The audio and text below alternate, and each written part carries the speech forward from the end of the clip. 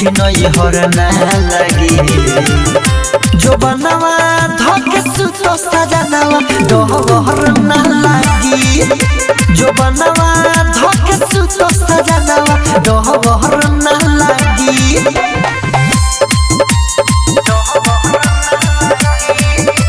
Music by Mantu मनी।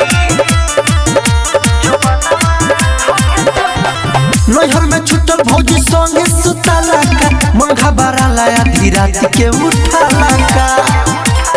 ए राजा नैहर में छुटल भौजी संगे सुतला का मन घबराला आधी रात के उठला का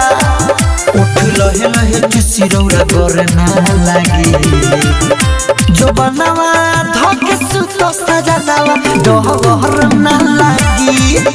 जो बनवा धके सुतो सजनवा डहर ना लागी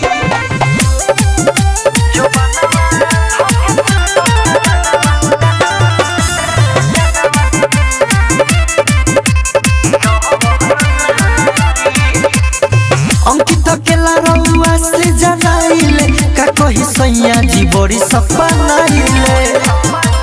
राजा अंकित केला रउआ से जनाइले का कही सैया जी बड़ी सपनाइले धरी कोरा मिथले से भी घर ना लगी जो बनवा धके सुतो सजनवा डहर ना लगी जो बनवा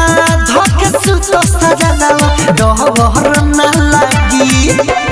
बनियो बिनाया सुनी बलम कैसे अकेला से जिया पहरम दिल ढिट कैसे होखी नई हर ना लगी जो बनवा धके सुतो सजनवा डहर ना लगी जो बनवा धके सुतो सजनवा डहर ना